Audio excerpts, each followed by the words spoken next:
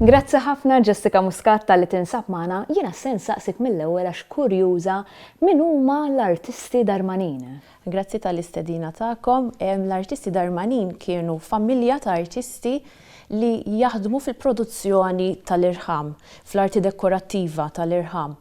Huma stabilixxew workshop fil-bidu tas-seklu 17, din ġiet imwaqfa minn Giuseppe Darmanin li tgħallem minn tieħu li kien Carlo Durante, artist rinomat li ħadem fil-Konkatedral ta' San Ġwan.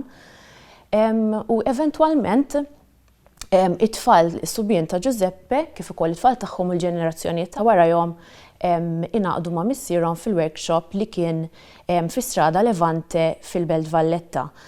Qed insemmi triq fejn kien fil-viċinanzi tal-Port il-Kbir u dawk l-akkwati kienu inħawi ferm ħabrieka fejn kien jiffaċilitalhom it-trasport tal-xogħlijiet tal-arti tagħhom barra minn Malta u l-importazzjoni tal-irħam mill-Italja inkluż Għalija u l-Afrika ta' fuq. Qed insemmi dan il-fatt ta' raġuni li da kien jiffaċilitalhom ħafna li x-xogħol tal-arti tagħhom spiċċaw kif fil-fatt barra minn xtutna. Ix-xogħlijiet tal-irħam tagħhom kien jinkludi f'monumenti, statwi u arti tal-możajk tal-irħam, irħam ikkulurit bħal pavimenti, pavimentar u imwejjed. Nista' nsaqsik għalfejn ir-riċerka għalik, għalfejn għażilt riċerka?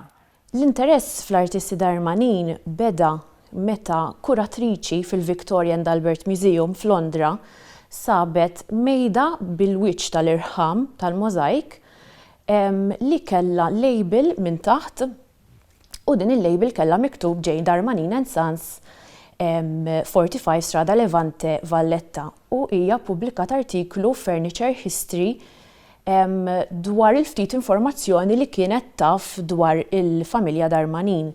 U minn hemmhekk jiena rajt li m'hawnx biżżejjed għarfien fuq id-Darmanin daqskemm jistħoq ilhom u bekk iddeċidejt li nirriċerkhom u nfittex iktar fid-dettall fuqhom. Infatti id-Darmanin huma artisti interessanti immens anke fil-fatt jirrifletti mill-klijenti li kienu jattrattaw. Ma nistax ma nsaqsikx mill-ewwel għax jiena qed nisma' fuq ir-riċerka imma ikun hemm l-isfidi wkoll għaliex qed nimmaġina li mhux faċli daqskemm taħseb qed tipprova ssib xi ħaġa jew issir taf iktar fuq xi ħaġa partikolari u forsi m'għandekx informazzjoni dejjem. L-isfidi meta tagħmel riċerka bħal din. Eżatt, l-isfidi huma pjuttost kbar imma vera ta' sodisfazzjon nista' ngħid. Ir-riċerka tiegħi ħaditni anke barra minn Malta, f'arkivji kemm lokali, kemm barra minn Malta, f'kollezzjonijiet privati, inti qed tistaqsi lin-nies biex jiftħulek il-bieb tad-dar tagħhom biex tara x-xogħlijiet li għandhom huma.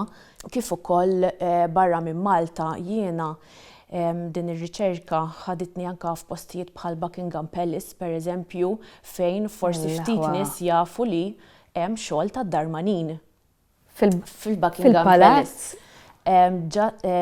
Eżatti ma li toħroġ mit-throne room, jien ovvjament kelli nġib permessi speċjali.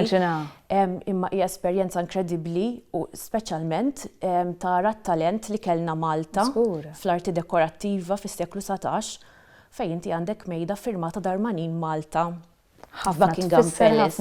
U mhux biss Buckingham Palace kif ukoll Windsor Castle biss il-familja rjali Ingliża għandha 3 mix-xogħlijiet ta' Darmanin li timwejjed fil-kollezzjoni tagħhom li hija ta' unur kbir naħseb għal-Maltin. Apparti minn hekk, ir-riċerka ħaditni wkoll Firenze fejn żort l-Opificio del Pietredure fejn hemmhekk rajt ix-xogħol tal-inzarzjar tal-Pietredure propjament fl-irħam kif kien isir fi żmien il-mediċi qed ngħidu fi żmien tar-Rinaxximent li huwa l-oriġini ta' dan il-możajk ta' din it-teknika li imbagħad użaw id-Darmanin ukoll. Qed insemmu ħafna postijiet, x'ikemm tikkalkula li ħaditlek żmien din ir-riċerka? Hekk ikollok tot kollox f'daqqa, minn meta bdejt? L-interess tfaċċa meta kont qed nagħmel il-BA meta rajt l-artiklu ta' Kate Hale, kuratriċi tal-Victoria and Albert Museum. Però peress li din il-pubblikazzjoni kienet riċerka u studju li jien għamilt għat-teżi tal-masters tiegħi fl-istorja tal-arti. Il-masters ħadit li 3 snin. Ġifieri f'dawn it-3 snin jiena għamilt ir-riċerka kollha, ġifieri qed ngħidu fl-arkivji fejn tagħmel sigħat twal tfittex fid-dokumenti ġieli tagħmel ġurnata u ma ssib xejn li xi kultant tkun frustranti. Nimmaġina. Imma mbagħad ġieli kollok dawk il-mumenti li jagħtuk vera sodisfazzjon. Issa, tafx se nsaqsik, ir-relevanza ta' dawn l-artisti fid-dinja tal-lum? Dawn l-artisti inħoss li huma relevanti għal fatt li jaffaxxinawni f'kemm kienu business minded, fis-sens li huma raw id-domanda li kienaw għal daw il-tip ta' mwejjed li jinxtraw bħala souvenir minn dawk li vjaġġaturi li kienu qed jagħmlu l-hekk imsejjaħ Grand Tour.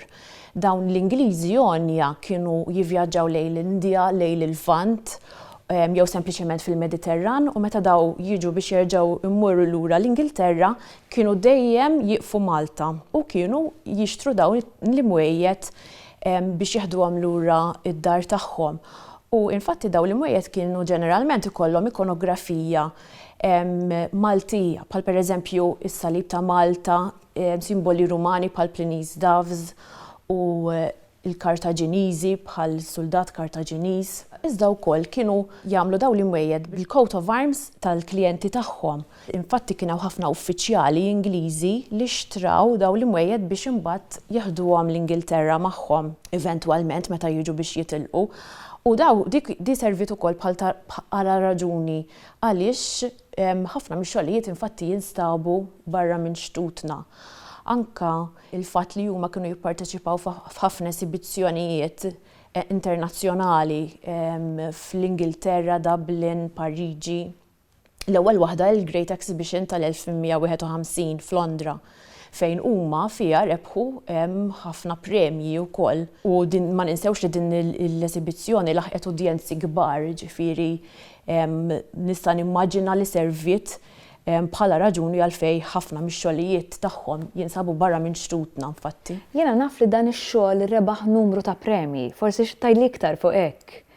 Iva, jiena nħossni onorata li din il-pubblikazzjoni rebħet l-aħjar riċerka ta' biografija u storjografija kif ukoll l-aħjar produzzjoni ta' ktieb. U minn hawnhekk ngħid grazzi lill-Kunsill Nazzjonali għall-Ktieb għaliex permezz tek inħoss li qed iżid bil-mod l-arfin fuq dawn l-artisti u fuq ix-xogħlijiet tagħhom kif ukoll fuq fl-istudju u riċerka li dejjem għaddej fl-arti dekorattiva tas-seklu 17. X'qed tara fil-futur tagħha Jessica? X'tara, x'tippjana? Hemm forsi xi xogħol li qed tipprepara? Jiena ir-riċerka toġobni ħafna, forsi l-qudiem nitħajjar li nibda d-dottorat. U minn hawnhekk insellem il-Mark Sagona li kien is-supervisor tat-teżi tiegħi u li qalli bihom mill-artisti Darmanin. U għaliex le forsi jinkompli nirriċerka lil dawn l-istess artisti li nemmen li għad fadal ħafna xogħlijiet tagħhom li jew huma magħluqin f'xi kollezzjoni, infatti jiena u nikteb dan il-ktieb ġieli jibgħat li xi ħadd jgħidli isma' ħarġet dik l-auction Sotheby's hemm xogħol tad-Darmanin u dejjem inżid kollha teżori daw. Jessica, grazzi ħafna tal-ħin tiegħek, grazzi. Grazzi lilek.